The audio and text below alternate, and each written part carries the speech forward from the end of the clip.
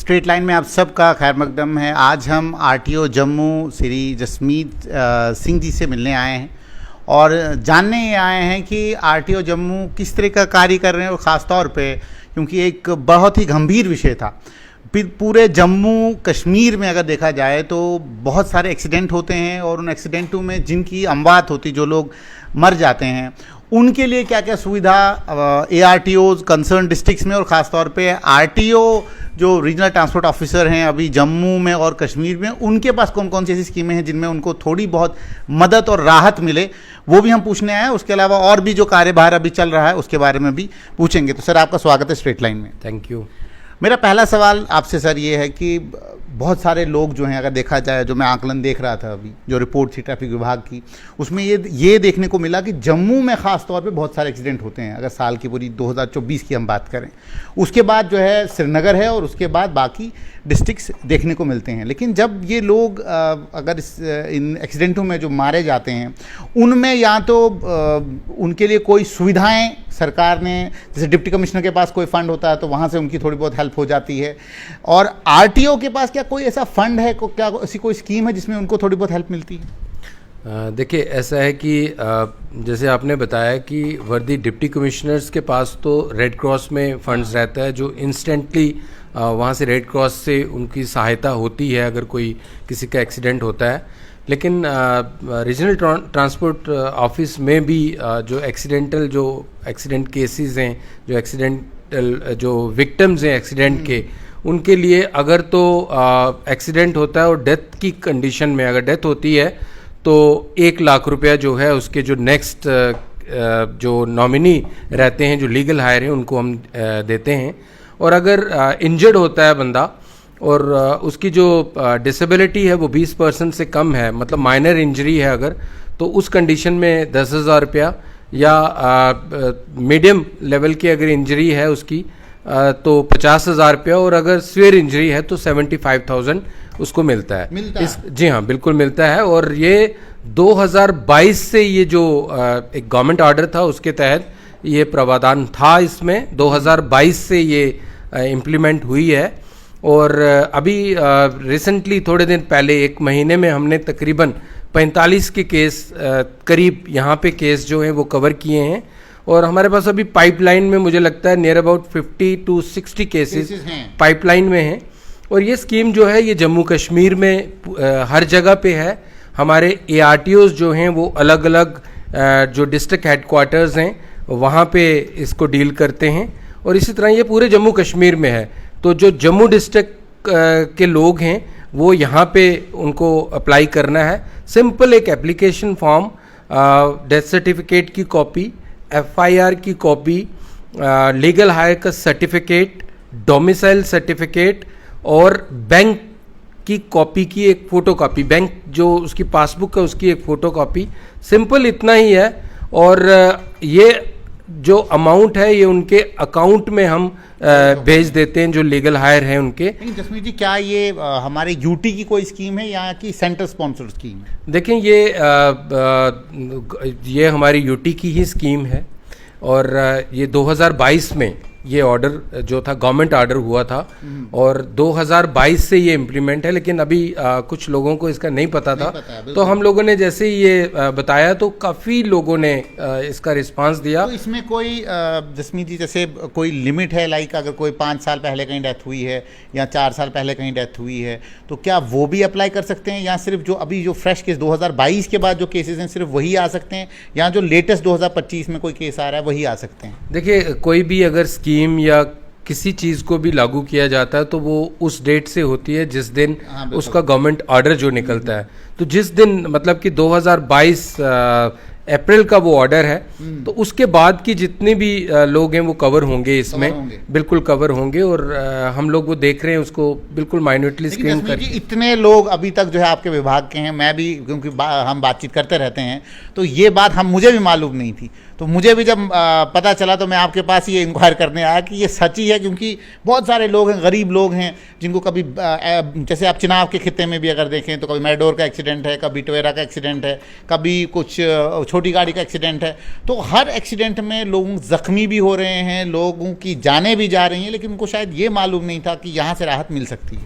देखें, आप बिल्कुल सही कह रहे हैं कि जब से हमने इस चीज़ को सामने लाया है, काफ़ी केस, मुझे लगता है आप भी थोड़ी देर से बैठे थे तो 2-3 केस आपके सामने भी इस तरह के आए, और हमारी ये कोशिश है कि हम एक परफेक्ट केस बना के पूरी तरह से, ताकि उसमें कोई अड़चन ना रहे।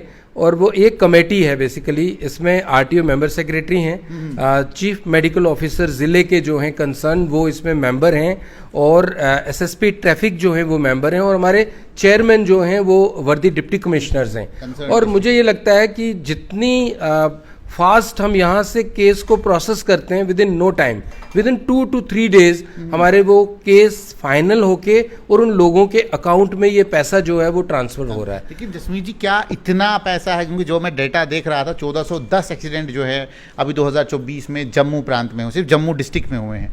पूरी अगर बात की जाए तो अच्छे खासे एक्सीडेंट जो है वो होते हैं, उसमें ज़ख्मी भी लोग हो रहे हैं, उसमें बाज़ाब्ता जो है लोग इंजर्ड भी हो रहे हैं। तो क्या इतना पैसा है सरकार के पास कि सरकार इतना, क्योंकि अगर केसेस ज़्यादा आ गए, अभी तो बहुत सा कम लोगों को पता है, अगर सब लोग यहाँ क्लेम करना, क्या इसकी कोई लिमिट है प्रॉपर कि एक साल में इतने केस डिस्बर्स करने, या जितने भी केस आएंगे उनको डिस्बर्स करना ही करना?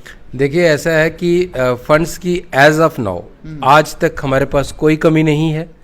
हमारे मैंने आपको बताया कि 2022 से जब ये गवर्नमेंट ने ये डिसीज़न लिया था, तो प्लानिंग के अकॉर्डिंगली प्लानिंग को और फाइनेंसेस को मद्देनज़र रख के ही करती है। 2022 में जब ये गवर्नमेंट ने ये डिसीज़न लिया था तो इसके लिए सफिशेंट फंड्स जो थे वो प्रोवाइड किए थे, और एक प्लानिंग मतलब एक बजटरी प्रोविज़न इसमें रखा गया था।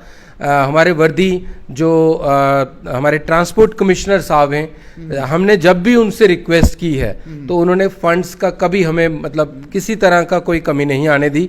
और मैं ये बताऊंगा कि आज की डेट में हमें फंड्स की कोई कमी नहीं है। जितने भी केसेस आएंगे इस तरह के, हम बिल्कुल उनको अच्छे से प्रोवाइड करेंगे। तो दूसरी सबसे बड़ी बात है, क्योंकि ट्रांसपोर्ट विभाग बहुत बड़ा विभाग है, जिसमें ड्राइवर्स जो हैं वो डायरेक्टली आपके साथ इन्वॉल्व होते हैं। उसमें लाइसेंस है, उसमें परमिट्स हैं, उसमें बहुत सारी ऐसी फिटनेस सर्टिफिकेट्स हैं जिसमें बहुत दिक्कतें थी पहले। अब जो ऑनलाइन हो गया, तो आपको क्या लगता है इससे भी ज़्यादा स्ट्रीमलाइन जो है अब आने वाले वक्त में ट्रांसपोर्ट विभाग होने वाला? क्योंकि सुनने को ये मिल रहा है कि सब कुछ ऑनलाइन है, आपको आरटीओ ऑफिस आना भी नहीं पड़ेगा और सारी चीज़ें आपको घर बैठे मिलेंगी।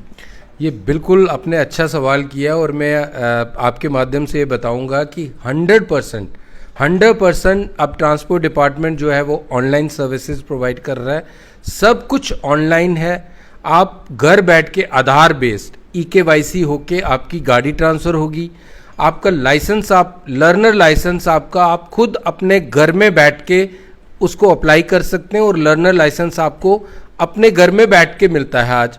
और साइबर कैफ़े भी हैं बाहर, आप वहाँ भी अप्लाई कर सकते हैं, क्योंकि सारे लोग इतने पढ़े लिखे नहीं हैं, तो वहाँ पे भी वो करते हैं। और सिंपल मतलब प्रोसीजर है कि लर्नर लाइसेंस जब आपको मिलता है, आप अप्लाई करते हैं सेम डे, उसके ठीक 1 महीने के बाद आप नॉर्मल DL के लिए अप्लाई कर सकते हैं। उसके लिए सिर्फ आपको ट्रायल देने के लिए आना है। वो ट्रायल भी मैं आपको बता दूं कि पहले काफ़ी स्लॉट्स जो थे वो दूर दूर टाइम के मिल रहे थे। अब हमने हफ्ते में 6 दिन ट्रायल रखे हैं, हफ्ते में 6 दिन ट्रायल हैं, और सेम डे वो रिजल्ट जो है हम पोर्टल पे चढ़ाते हैं। और मुझे लगता है कि विद इन अ वीक बंदे के घर में वो लाइसेंस जो है वो डिलीवर होता है। और ये जो ट्रायल है मैं आपको बताऊं, ये यहाँ पे कोट बलवाल में ट्रायल रखा गया है, और वहाँ पे ये अंडर कैमरा, अंडर रिकॉर्डिंग ये ट्रायल जो है ये लिए जाते हैं। बोर्ड कॉन्स्टिट्यूट है बाज़ाब्ता, और डेली बेस पे रोस्टर के अकॉर्डिंगली हमारे वर्दी ट्रांसपोर्ट कमिश्नर साहब ने जो बोर्ड कॉन्स्टिट्यूट किए हैं, वो रोटेशन पे इन ट्रायल्स वाले दिनों में अलग अलग दिन में अलग अलग बोर्ड रहता है, और वो बोर्ड जो है वो ट्रायल लेने के बाद सेम डे रिजल्ट को अपलोड करते हैं। और 1 हफ्ते के अंदर, मुझे ये लगता है कि 1 हफ्ते के अंदर ये लाइसेंस जो है उनके घर में डिलीवर होते हैं। हाँ, यहाँ पे क्योंकि आपके कुछ लोग ज़रूर आपके व्यूअर ये देखेंगे कि हमारा लाइसेंस पेंडिंग है, ये है, तो मैं पहले ही क्लियर कर दूं कि 2022 से लेके 2023 सितंबर तक के जो लाइसेंस थे, कुछ लाइसेंस है वो 30 से 40 हजार वो पाइपलाइन में है। उसका कोई टेक्निकल रीजन था, वो अभी हमारी 2 मीटिंग्स हुई हैं और जो हमारे ट्रांसपोर्ट कमिश्नर साहब हैं उन्होंने ये हमें ये कहा है कि हम अगले आने वाले 10 दिन के अंदर वो डिसाइड करके, और वो भी प्रिंटिंग पे है, वो प्रिंट करके इन लोगों के घरों में पहुंचाएंगे। ये सवाल मेरा था क्योंकि ये सब लोग पूछते हैं भाई लाइसेंस नहीं करा रहा है। मैंने बता दिया कि 2022 से लेके सितंबर 2023 के या से दिसंबर 2023 के बीच के जो लाइसेंस है, उसके बाद जितने भी लाइसेंस हैं 1,72,000 लाइसेंस जो थे वो प्रिंट होके लोगों के घर में अभी रिसेंटली पिछले 2 महीनों में ये पहुंचे हैं। तो मुझे नहीं लगता कि जब वो बड़ा बैकलॉग भी हमारा क्लियर हो जाएगा तो किसी को लाइसेंस के लिए ये क्वेरी मैक्सिमम जो रहती है लोगों की दूर होगी। जसमीत सर, एक और बात थी कि गडकरी जी ने पटल पे कहा था कि आने वाले वक्त में जो ड्राइविंग टेस्ट हैं उनको भी जो है हम इस दफ्तर से अलग कर देंगे और एक आपका ड्राइविंग ट्रेनिंग सेंटर बनेंगे जहाँ पे बाज़ाब्ता आपको ट्रेनिंग करनी पड़ेगी और उसके बाद टेस्टिंग भी वहीं होगी और उसके बाद लाइसेंस भी आपको जो है मिल जाएगा। तो क्या जम्मू कश्मीर में भी ऐसा कुछ होने वाला है? बहुत अच्छा सवाल आपने किया। ये जो मैं आपको कोट बलवाल की बात कर रहा हूँ, ये कोट बलवाल में हमारा IDTR जो है वो वहाँ पे 95% जो है वो कंप्लीट हो चुका है।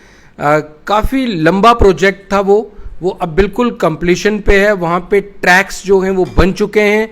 जो गडकरी साहब, माननीय जो मंत्री साहब ने जो कहा था बिल्कुल सही है, और बड़े जल्दी आप देखोगे उसका इनॉग्रेशन जो है वो होगा और वो बिल्कुल वो वहीं पे ड्राइविंग स्कूल्स के साथ, और वहाँ पे वो जो लेटेस्ट जो ट्रैक्स हैं जो मतलब बाकी स्टेट्स में जैसे है उस तरह से आपको वो भी देखने को मिलेगा। मैं आपको रिक्वेस्ट करूंगा कि आप एक दिन वहाँ पे भी विजिट करें, एक तो ट्रायल को कवर करें और दूसरा उसका भी एक ब्यौरा आप लें। वो हमारा बिल्कुल 95% हम कंप्लीशन पे है। मेरा एक और सवाल था इसके साथ जुड़ा हुआ, क्या जो हैवी वेट व्हीकल्स वगैरह होते हैं या JCB ड्राइवर्स जो उनके भी टेस्ट होते हैं, क्या उनके लिए भी उसमें प्रावधान है कि सिर्फ लाइट मोटर व्हीकल और बाकी चीज़ों के लिए प्रावधान रखा गया?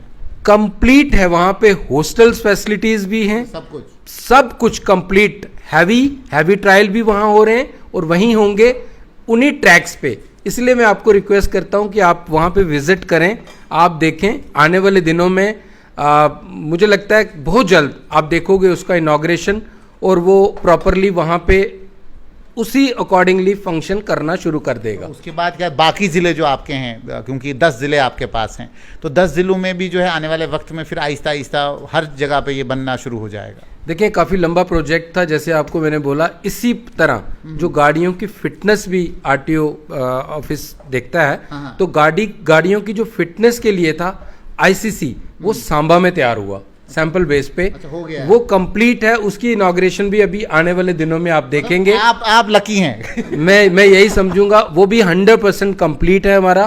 किसी भी दिन उसकी भी इनॉग्रेशन होगी वहां पे, और वो भी हाईटेक वहां पे मशीनरीज, वो पूरा का पूरा जितने भी आला पैरामीटर्स जो हैं वहाँ पे पूरी अच्छी तरीके से देखे जाएंगे।